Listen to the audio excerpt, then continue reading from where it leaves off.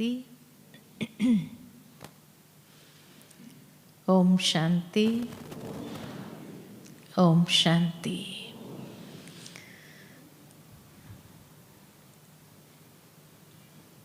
बाबा के हम सभी ब्रह्मावत्स विशेष बाबा की पूजाएं हैं और पूजाएं हैं माना सदा सहयोगी है ही है। जैसे कहा सहयोग में योग तो समाया हुआ ही है और इसीलिए बाबा का ये वरदान है कि जो सहयोगी होता है वो सहजता से सहज योगी बनी जाता है। लेकिन सहयोगी बनने के विशेष आधार क्या है?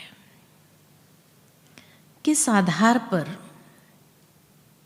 कोई भी इंसान सहयोगी बनता है? तो देखा जाता है कि बाबा के इस ईश्वरीय कार्य में कोई भी सहयोगी तब बनता है जब सबसे पहले स्नेही बनता है।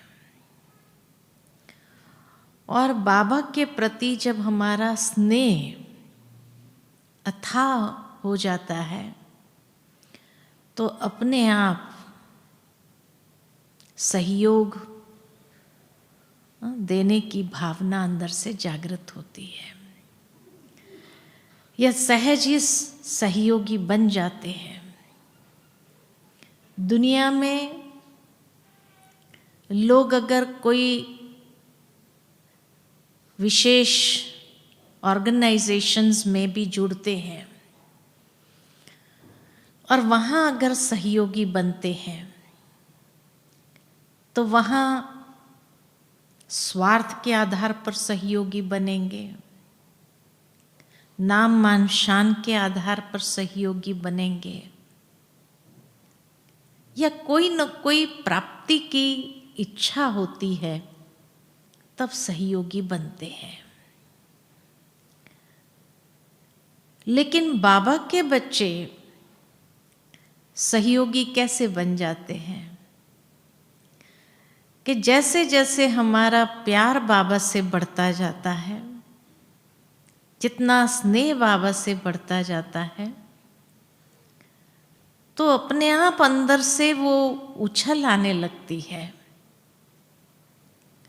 और बाबा के कार्य में सहयोगी स्वाभाविक रीति से बन जाते हैं।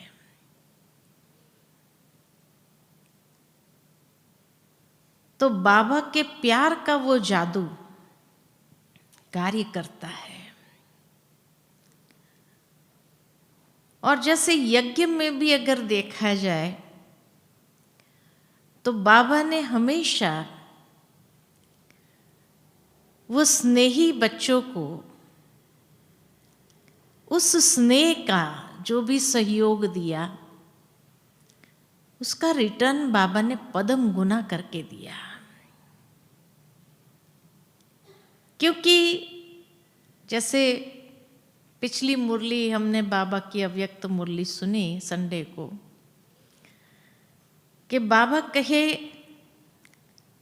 प्रेजेंट में प्रेजेंट देने की बात जब बाबा ने किया तो बाबा कहे वो प्रेजेंट कितना मूल्य का है वो नहीं देखा जाता है, लेकिन उस प्रेजेंट के पीछे समाया हुआ जो स्नेह है उसको देखा जाता है। और उस स्नेह के आधार से खुशी भी होती है कि देखो जहाँ स्नेह है तो वहाँ कुछ भी त्याग करने में, कुछ भी देने करने में कोई मुश्किलात अनुभव नहीं होती है। तो पहला आधार है स्नेह। दूसरा आधार है शुभ भावना, शुभ कामना, शुभ चिंतन या विश्व कल्याण का भाव। जब तक ये भावना नहीं है तब तक सहयोगी नहीं बन सकते हैं। बाबा के इस बेहद के कार्य में जब बाबा कहे कि तुम बच्चे विश्व कल्याणकारी हो, तो विश्व कल्याणकारी बनने के लिए, सर्व आत्माओं को देने के लिए वो शुभ भावना बहुत जरूरी है। जब बाबा कहते तुम्हें भक्तों की आवाज सुनाई देनी चाहिए, जहां पर कुछ भी हुआ तो उन पीड़ितों की आवाज सुनाई देनी चाहिए, अर्थात वो भाव जागृत होना चाहिए कि ये भी आत्मा परमात्मा की ही संतान है और इसीलिए उसको हमें किसी भी तरह से उसके प्रति कल्याण की कामना को प्रवाहित करना है। रहमदिल बन करके उसको कुछ न कुछ प्राप्ति हो, शुभ वाइब्रेशंस प्राप्त हो, हमारे शुभ चिंतन के जो संकल्प शक्ति के द्वारा वाइब्रेशंस है वो प्राप्त हो, ताकि उनकी मनोवृत्ति में परिवर्तन आ जाए। तो बाबा कहे जब तक शुभ भावना नहीं, शुभ कामना नहीं, तब तक कुछ दे नहीं सकते हैं। देने की भावना जागृत ही नहीं होती है। इसीलिए बाबा कहे तुम बच्चों के मन में हर एक को देने का भाव जरूरी है। चाहे लौकिक संबंध वाले हो, चाहे अलौकिक ब्राह्मण परिवार हो, दुनिया की आत्माओं को तो हम दान देते हैं, उसको दान की कैटेगरी में डालेंगे, लेकिन ब्राह्मणों को हम सहयोग देते हैं। चाहे वाइब्रेशंस का भी ब्राह्मणों के प्रति भी हम सहयोग देते हैं, दान नहीं कहा जाता है।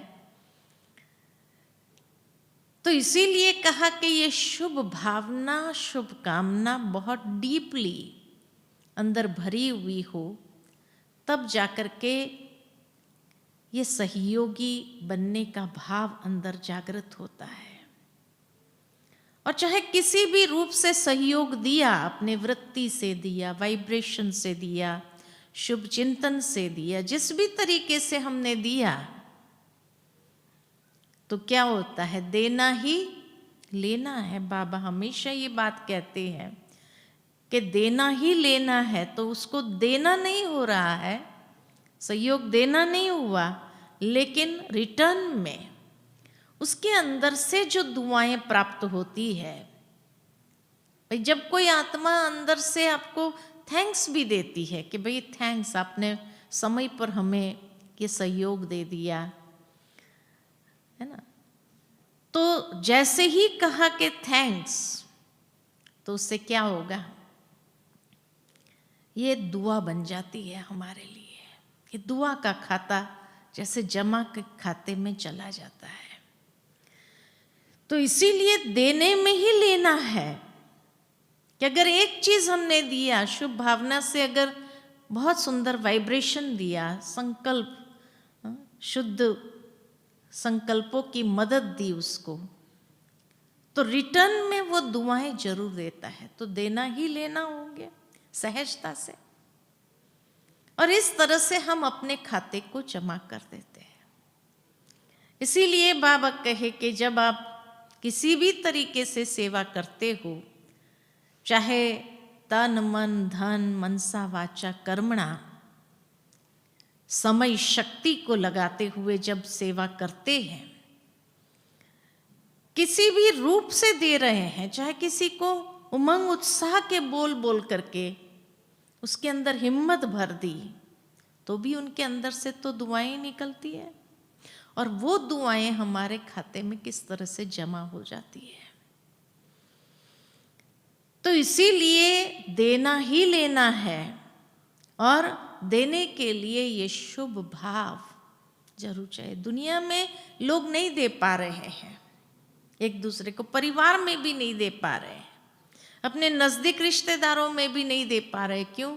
क्योंकि स्वार्थ भावना इतनी घिरी हुई है, अपेक्षाएं हैं, पहले से ही एक सौदेबाजी के हिसाब से करते, क्योंकि ये ज्ञान ही नहीं कि देने में लेना समाया हुआ है, और वो दुआएं बहुत कुछ रिटर्न में दिला देती है। तो ये जब कैलकुलेशन नहीं है, तब जाकर के ये महसूस करते हैं कि भाई हम क्यों दें, और इसीलिए वो शुभ भावना अंदर में जागृत नहीं होती है। तीसरा आधार है देने के लिए सच्चे दिल, बड़ी दिल। बाबा हमेशा ये बात कहते हैं, एक तो सच्चे दिल हो देने के लिए, और दूसरा बड़ी दिल हो, दो तो भी बड़ी दिल से दो। अगर सच्ची दिल नहीं है, बड़ी दिल नहीं है, छोटी दिल है, जैसे कई बार बाबा कहते मनहूस अगर है तो नेचुरल है कि वो खुले दिल से जब नहीं कर पा रहे हैं, सहयोग नहीं दे पा रहे हैं, कैलकुलेशन अगर चल रहा हो, तो वहाँ रिटर्न में भी वैसा ही है। तो इसीलिए कोई भी प्रकार का कैलकुलेशन ना हो। दुनिया के अंदर ये कैलकुलेशन होता है कि भाई उसने इतना किया तो हमें इतना ही करना चाहिए, उससे ज़्यादा नहीं, तो लिमिट लग जाती है। इसीलिए कहा जाता है कि देने में कभी भी पोस्टपोन नहीं करना चाहिए, क्योंकि जैसे ही कल करेंगे ये सोचा, तो फिर कल तक आधा हो जाता है, और अगर 2 दिन निकले तो उससे भी आधा हो जाते हैं, और हफ्ता बीतने के बाद तो क्या हो जाता है, देखेंगे देखेंगे, कर लेंगे, उसमें क्या है। तो इसीलिए सच्ची दिल हो, बड़ी दिल हो, और तुरंत दान महापुण्य। महापुण्य तभी प्राप्त होता है। बाकी अगर कैलकुलेशन करते हुए कल करेंगे, परसों करेंगे, 2 दिन के बाद करेंगे, 10 दिन के बाद करेंगे, तो फिर वो कभी होता ही नहीं है। और जो तुरंत दान करते हैं वो झाटकू माना जाता है।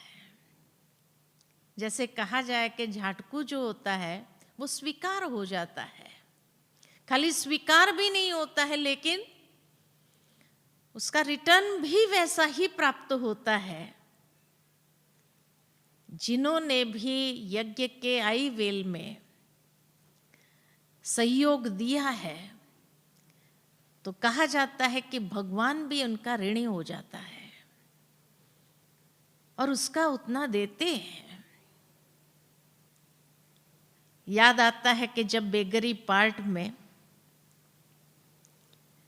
मनी ऑर्डर आता था, कभी 500 रुपया या कभी 600 रुपया या 700 रुपया ऐसे आता था। एक बार ईशु दादी को हमने पूछा कि बाबा जो कहते हैं कि भाई बेगरी पार्ट में आई वेल पर जैसे कोई भेजता था यज्ञ के अंदर, तो कितना भेजता था? तो दादी ने कहा कि कभी 400, कभी 500, उस जमाने में, लेकिन 500 भी बहुत माना जाता, कभी 200 ही आता था। तो लेकिन उस जमाने में 200 भी बहुत माना जाता था। तो इसीलिए जब इतना आया तो लोग बाबा से पूछते थे, बाबा ये कौन भेज रहा है? एक ही जगह से आता था उस समय में, एक ही जगह से आता था। तो पूछते थे कि बाबा ये कौन भेज रहा है?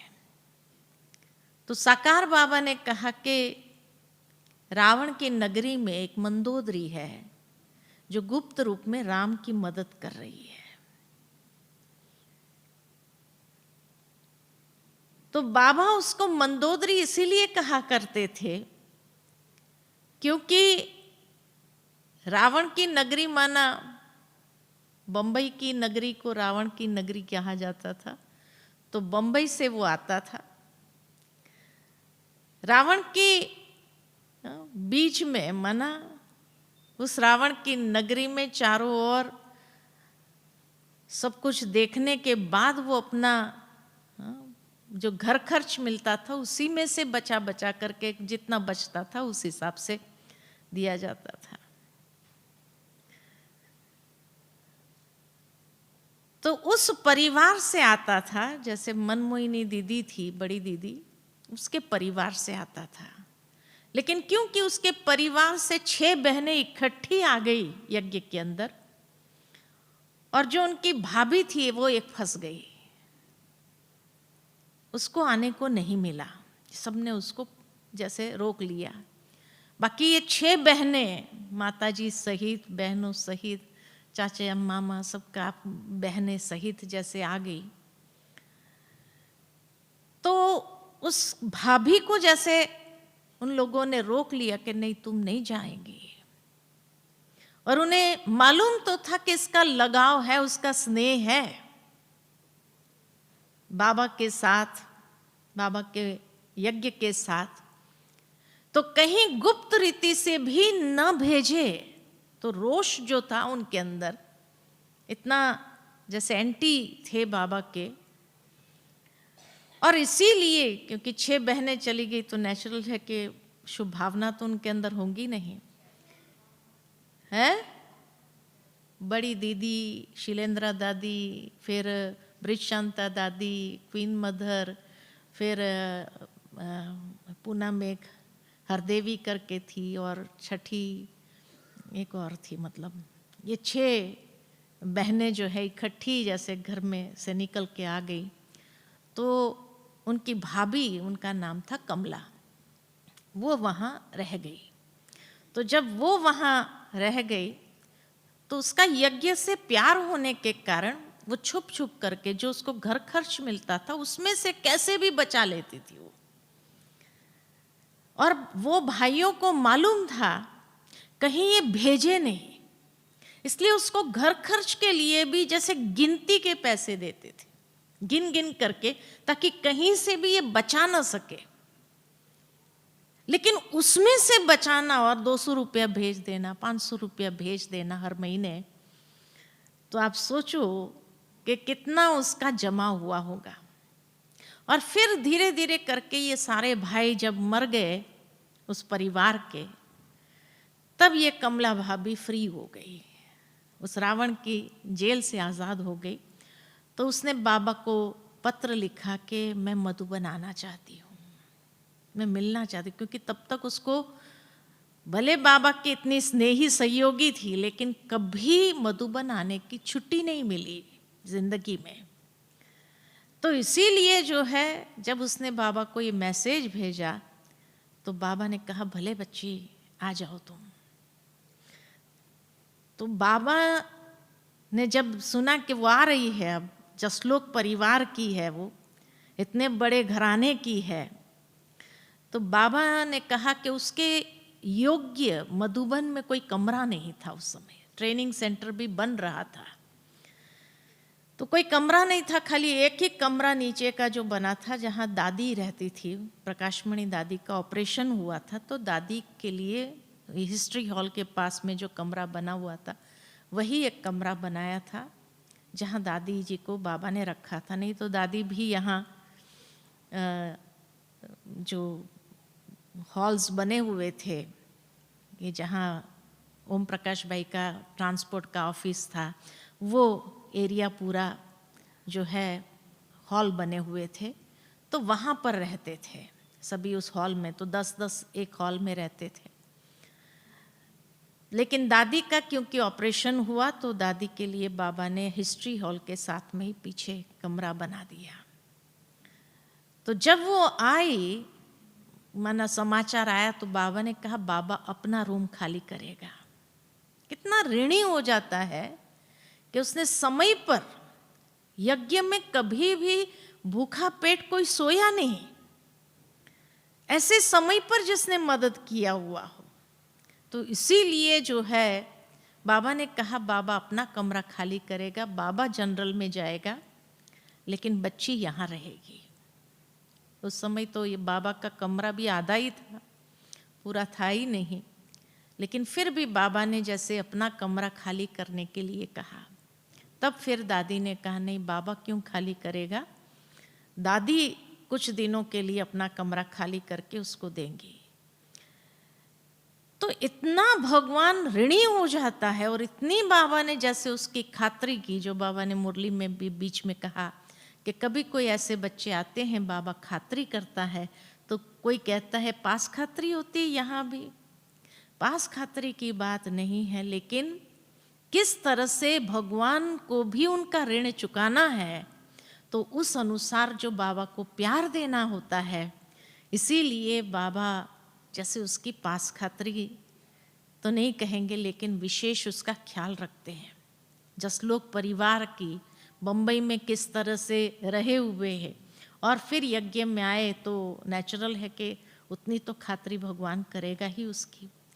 तो इसीलिए जो है आई वेल पर, और वो भी सच्ची दिल और बड़ी दिल से, जो उसके हाथ में आता था उसमें भी कटौती करके फिर उसमें से बड़ी दिल से पूरा का पूरा भेज देना बाबा को। तो ये बड़ी दिल तो नेचुरल है कि उसका अभी तो वो है नहीं साकार में, उसने भी शरीर छोड़ दिया। एक ही बार मधुबन आ सकी, उसके बाद तो उसने भी शरीर छोड़ दिया। लेकिन सोच सकते हैं कि उसके बाद का जो पार्ट उसका होगा वो कैसा होगा, किस तरह की बाबा ने उसको रिटर्न में दिया होगा। तो ये उस आत्मा की विशेषता जो कहा कि सच्ची दिल बाबा के प्रति और बड़ी दिल, और जो इस तरह से सेवा में सहयोगी बन जाता है, चाहे तन मन धन समय श्वास शक्ति या मनसा वाचा कर्मणा, जिस भी तरीके से वो सेवा में सहयोगी बन सकते हैं, जो बन सकते, जिस तरीके से बन सकते, वो बन जाते हैं। ऐसे कई यज्ञ के अंदर एग्जाम्पल्स है जो किस तरह से बाबा के कार्य में अपना सहयोग देते जाते हैं। मुझे याद आता है कि जब ओम शांति भवन बन रहा था, तो उस समय जो है दादी ने ये इंस्ट्रक्शन भेजी थी हर सेंटर पर कि प्रतिदिन 25 पैसा 4 आना निकाल करके बाबा के इस बेहद के कार्य के अंदर सहयोग देना है।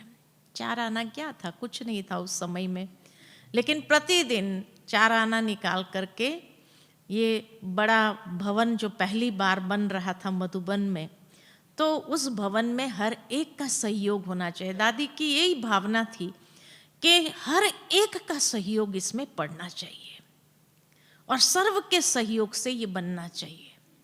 तो जब ये कहा 25 पैसा हर एक दे और जो है जमा करे और ले आए, तो एक माता थी और बहुत गरीब थी, कभी मधुबन आई नहीं, लेकिन लोगों के घर के बर्तन मांझ मांझ करके वो अपना परिवार पाल रही थी। तो जैसे ही उसने ये बात सुनी तो उसको भी लगा कि नहीं, मेरी ईंट भी जरूर लगनी चाहिए। तो उसने क्या किया कि पैसा बचाती रही, क्योंकि उसको मधुबन आना था, लेकिन उसने में ये डायरेक्शन गया, तो उसने जो पैसा बचाया हुआ था उसकी जाकर उसने अंगूठी खरीदी। अंगूठी खरीद करके अपनी टीचर बहन को कहा कि बहन जी, मैं तो मधुबन नहीं जा सकूंगी और पता नहीं कब मेरा जाना होगा, और इतना बड़ा बाबा का कार्य जो बन रहा है, मैं समझती हूँ कि मैंने ये जो पूंजी बचाई थी तो इसकी ये अंगूठी बनाई है, और आप दादी जी को पहना देना ये अंगूठी, और मेरी एक ईंट लगा देना बस। जब वो टीचर ने आकर के दादी जी को सुनाया कि दादी जी अभी तक वो मधुबन नहीं आई है, क्योंकि उसके पास इतना पैसा इकट्ठा ही नहीं हो पा रहा था, और जो उसने इकट्ठा किया था, जब आपका डायरेक्शन आया तो उसने उसकी अंगूठी खरीद करके कहा कि मेरा तो पता नहीं कब जाना होगा, लेकिन आप ये दादी जी को दे देना। तो उस आत्मा ने ये अंगूठी बेच कर कहा है, मेरी भी एक ईंट लगा देना। कितनी बड़ी दिल होगी उस आत्मा की कि मधुबन नहीं तो हर कोई सोचेगा पहले मैं मधुबन जा आया हूं, मधुबन देखूं, बाबा का घर देखूं मैं। जब उस दादी जी ने वो अंगूठी पहनी, दादी जी की आंखों में पानी आ गए, और पहन करके दादी क्लास में आई, और क्लास में आकर के दादी ने वो अंगूठी दिखाई सबको कि देखो देखो आज दादी के पास क्या आया है, देखो। ऐसे करके जब दादी ने दिखाया बड़ी खुशी से, और फिर दादी ने ये कहानी सुनाई कि देखो वो माता अभी तक बाबा के यज्ञ में बाबा से मिलन मनाने नहीं आई है, लेकिन उसने जो पूंजी इकट्ठी किया था उसमें से अंगूठी खरीद करके उसने ये ओम शांति भवन के लिए अंगूठी भेजी है। अब देखो क्या कहेंगे इसको, बड़ी दिल, सच्ची दिल कहेंगे। तो इसीलिए कहा कि सहयोगी बनने के लिए सच्ची दिल और बड़ी दिल चाहिए, तब जाकर के सहयोगी हम बन सकते हैं। तो ये मुख्य 3 आधार है, एक तो स्नेह चाहिए, दूसरा शुभ भावना चाहिए, शुभ कामना चाहिए, और तीसरा सच्ची दिल और बड़ी दिल चाहिए। तब यथार्थ रूप में सहयोगी बनना कहा जाता है। और ये जब 3 आधार पर सहयोगी बन जाते हैं, तब भगवान भी बंध जाता है, ऋणी हो जाता है उस आत्मा का, और बाबा उतना उसको रिटर्न में 1 का पदम गुना, जो कहा अगर ये 3 आधार न हो और कोई आधार हो, नाम मान शान का हो, स्वार्थ का हो, और कोई आधार हो, तो फिर 1 का पदम गुना ये हिसाब नहीं बनता है। तो बाबा की कैलकुलेशन में 1 का पदम गुना जो हिसाब बनता है उसका बेस ये है। और फिर जैसे कहा कि अगर मान लो कि वो योग लगाने भी बैठे, तो सोचो कि जिसने इन आधारों पर बाबा के कार्य में सहयोगी बने हैं, या किसी को भी, ब्राह्मण आत्मा को भी किसी न किसी तरीके से सहयोग दिया है, उमंग उत्साह के बोल बोल करके, खुशी के आधार पर, या किसी भी तरीके से सहयोगी बने हैं, तो जब वो योग में बैठते हैं तो बाबा का एक महावाक्य मुझे याद आता है कि जो इस आधार पर सहयोगी बनते हैं उसको योग लगाना नहीं पड़ता है, बाबा उनसे योग लगाता है, बाबा योग लगाता है उस आत्मा के साथ।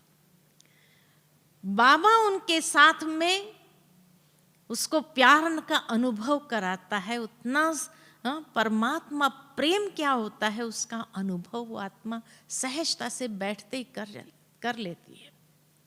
यानी उसकी मन बुद्धि भटकती नहीं है, और पहले भटकती रही और उसके बाद जाकर के थोड़ी देर के लिए स्थिर हुई, फिर भटकना चालू हो जाए, कि नहीं होता है। लेकिन उसका योग, भगवान उसके साथ योग लगाने के कारण उसका योग एक नेचुरल योगी जीवन उनका बन जाता है। परमात्मा की दुआओं की प्राप्ति के भी अधिकारी बन जाता है वो आत्मा। तो इसीलिए कहा कि जो सहयोगी है वो सहज योगी स्वतः है ही है। उसको योग लगाने की मेहनत नहीं लगती है कि हाँ भाई योग लगाना है, योग लगाना है, योग लगाना है। ये फीलिंग नहीं आती है, ये संकल्प नहीं उत्पन्न होता है। जैसे कई बार कई लोगों का अमृत वेला मिस हो जाता है या नमः शाम किसी कारण से मिस हो जाता है, तो उसको क्या लगता है, आज मेरा योग मिस हो गया, मेरा योग मिस हो गया। ये फीलिंग क्यों आई कि योग मिस हो गया? उसका अमृत वेला कभी मिस हो ही नहीं सकता, क्योंकि भगवान उसको उठा देता है टाइम पर, और उठा करके उसको सहज बैठते भी जैसे योग लग जाता है सहजता से। तो जिसको कहा जाए योग लगाने वाले योगी नहीं, योगी जीवन वाले योगी बन जाते हैं। उसका हर पल जीवन सहज योगी का है ही है। योग लगाओ और फिर तोड़ जाए। देहरादून वाले हमारे प्रेम दीदी थी, हमेशा ये बात कहती थी कि योग लगाने वाला योगी जो होता है, भाई आज अमृत वेला योग लगाया, 2 घंटा योग लगाया, 4 घंटा योग, अपने चार्ट में लिखते हैं। तो बोले 4 घंटा योग लगाया तो बाकी 20 घंटा क्या थे? वियोगी थे। भाई 4 घंटा योग लगाया ये लिख दिया तो बाकी किस में रहे? वियोगी रहे।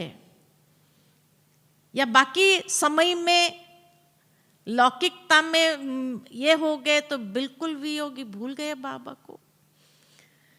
तो इसीलिए योगी जीवन, सहज योगी जीवन उसका यही है। और एक बात बहुत अच्छी याद आती है कि परम आदरणीय जगदीश भाई जी हमेशा ये कहते थे कि हम ब्राह्मण जीवन के 4 सब्जेक्ट हैं, लेकिन कहते हैं कि मैं कहता हूं हमारे 5 सब्जेक्ट है, और 5वां सब्जेक्ट है सहयोग का। क्योंकि सहयोग का जो कनेक्शन है चारों सब्जेक्ट के साथ है। सहयोग एक दिव्य गुण भी है, सहयोग ही योग है। सहयोग जब करते हैं तो एक अंडरस्टैंडिंग के साथ, ज्ञान के आधार से हम सहयोगी बनते हैं। बिना अंडरस्टैंडिंग के तो सहयोगी कोई बन नहीं सकता है। और सहयोग ये बहुत बड़ी सेवा भी है। अगर सहयोग नहीं देते, नहीं लेते हैं, तो ये ही डिससर्विस का कारण बन जाता है। और ये आसुरी क्वालिटी है। इसीलिए कहा जाता सहयोग देना और लेना किसी का भी ये दैवी लक्षण है, और सहयोग न देना न लेना ये आसुरी क्वालिटी है। कैसे? वो कहानी तो हम सभी को मालूम है कि एक बार इंद्र ने जब दावत रखी और देव और असुरों को बुलाया गया और उन्हें कहा गया कि 56 प्रकार के भोग है, लेकिन सीधा हाथ रख के खाना खाना है, तो असुर खा नहीं सके और देवताओं ने बड़े प्यार से भोजन किया। ये कहानी हम सबको मालूम है। लेकिन क्यों किया? क्योंकि एक दूसरे को खिलाया, तो सहयोग दिया और लिया, ये दैवी लक्षण है। और सहयोग न देना न लेना ये आसुरी लक्षण है, उन्हें कोई प्राप्ति नहीं होती है। इसीलिए जगदीश भाई कहते हैं ये 5वां सब्जेक्ट है, क्योंकि उसी के आधार से ये चारों सब्जेक्ट बहुत अच्छे से हम कर सकते हैं। उसका कनेक्शन चारों सब्जेक्ट के साथ है। और अगर सहयोग वाला सब्जेक्ट पक्का है हमारा, तो हमारी उन्नति निश्चित है। उन्नति न हो ये हो नहीं सकता है। उस आत्मा की उन्नति सहजता से होती रहती है। क्यों? क्योंकि दुआओं का खाता इतना भरपूर, वो दुआएं उसके लिए बूस्टर का काम करती है, जो उसको उन्नति की ओर आगे बढ़ाती जाती है।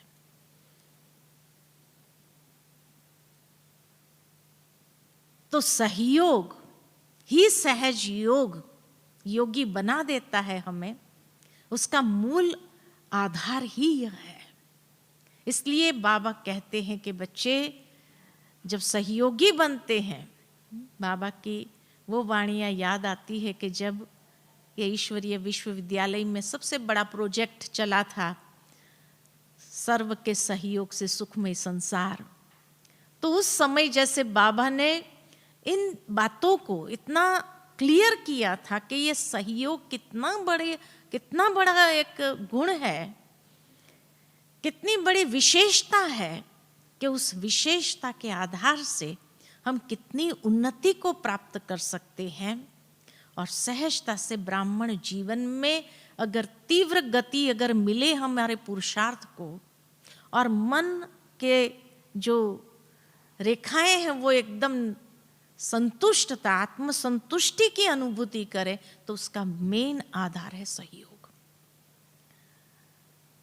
आत्मसंतुष्टि तभी हमारे अंदर नहीं होती है कि जब हमने सहयोग न दिया न लिया, कहीं ना कहीं कमी कर दिया, या देने में कर दिया या लेने में कर दिया, तो वहां हमें ये फीलिंग नहीं आती आत्मसंतुष्टि की, और न ही हमें संतुष्टता का सर्टिफिकेट प्राप्त होता है। न स्वयं से संतुष्ट है, न दूसरे मुझसे संतुष्ट है, न बाबा मुझसे संतुष्ट है। तो ये एक सहयोग की क्वालिटी खाली सहज योगी बना देता इतना नहीं, लेकिन तीनों सर्टिफिकेट प्राप्त करने का आधार है। इस एक क्वालिटी से ये तीनों सर्टिफिकेट प्राप्त हो जाए और सहजता से हम विजयी माला का दाना बन सके, इससे बड़ी बात और क्या होती है। इसीलिए कहा जाता है कि और कुछ आता न आता हो, लेकिन कम से कम सहयोग देना तो आता हो, इतना तो आता है। और कुछ ज्ञान समझ में आया न आया हो, लेकिन भाई हमें समय पर मदद करना है। इसीलिए प्रैक्टिकल बाबा के जीवन में अगर देखा जाए तो बाबा ने भी अंत तक अपना कर्म योगी जीवन इतना सुंदर तरीके से बनाया। और क्यों बाबा यज्ञ की सेवा में हमेशा पहले नंबर, जैसे वो सेवा करना आरंभ कर देता था, बच्चों को सिखाता था कि किस तरह यज्ञ के साथ हमारा स्नेह ऐसा होना चाहिए ताकि यज्ञ की कोई सेवा में कमी न आए। ये जैसे प्रैक्टिकल बाबा ने करके दिखाया, क्योंकि उसी से अंदर में बहुत अच्छी एक फीलिंग रहेगी संतुष्टता की। एक बहुत सुंदर बात याद आई कहते कहते कि एक बार एक व्यक्ति अपने काम से आया, घर में परेशान सा तनाव में दिखने लगा। तो उसकी माँ ने जब उसको खाना खिलाया तो देखा कि उसके चेहरे पर जैसे रंग उड़ा हुआ है, बड़ा परेशान सा लग रहा है।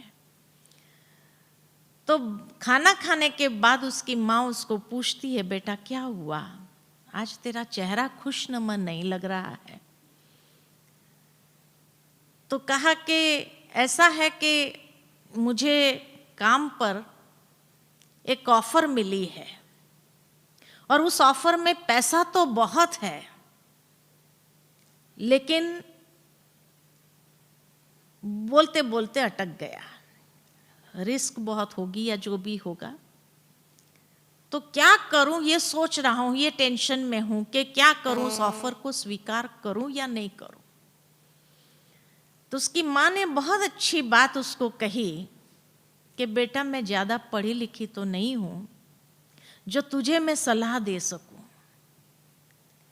परंतु मैं रोज तुम्हें जब सुबह उठाने आती हूं तो तुम इतनी अच्छी नींद सोए हुए होते हैं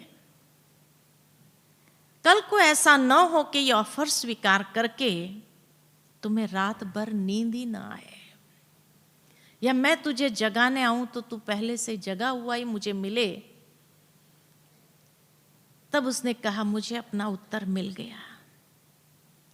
कहने का भावार्थ ये है कि ये जो सहयोग देने लेने की भावना जब हमारे अंदर जागृत होती है तो उससे जो अनेकों की दुआएं मिलती है, उससे जो चैन की एक नींद हम सोते हैं बाबा के बच्चे सभी, और सहजता से 4 बजे आंख खुल जाती है। और आप देख लो, जब कोई भी बात में ऊपर नीचे होता है तो कभी कभी रात भर नींद नहीं आती है या देर से आती है और सुबह अमृत वेला नहीं होता है। इसीलिए बाबा भी वो माँ की तरह हमें यही कहते हैं कि बच्चे अपने अंदर सहज योगीपन का अनुभव करना है तो वो आत्म संतुष्टि का गुण, और वो तब होगा कि जब हम इतने सरल सहजता से सहयोग दे और ले, तो जो दुआएं हैं वो हमें भरपूर करती है, हमारी आंख फिर और कहीं डूबती नहीं है। और इसीलिए चैन की नींद हम सोते हैं, और भले कम घंटे भी नींद सोए लेकिन सुबह 4 बजे अपने आप वो सहजता से आंख खुल जाए, उतने में ही हमारी नींद पूरी हो जाए। ये फीलिंग आत्म संतुष्टि की वो तभी आती है जब हम सच्चे दिल से और बड़ी दिल से बाबा के कार्य में एक दूसरे के साथ सहयोगी बनते हुए चलते हैं। यही हमारा संगठन का किला भी इतना मजबूत करता है, क्योंकि जब एक होकर के एकता में आकर के बाबा के कार्य में हम सहयोगी बनते हैं तो यही हमारे संगठन के किले को मजबूत करता है। हमारी नींव जो है इतनी पावरफुल होती है कि जिसके आधार से आने वाले समय में कोई भी हमें हिला नहीं सकते, क्योंकि जो हमने बोया है वो रूट्स इतने डीप है कि कोई भी चीज़ हमें हिला नहीं सकती है, कोई भी परिस्थिति हमें हिला नहीं सकती है। ये उसका सबसे बड़ा रिटर्न अंतिम समय में हमें अनुभव होगा। तो इसीलिए कहा सहयोग से सहज योग। ठीक है, अच्छा, ओम शांति।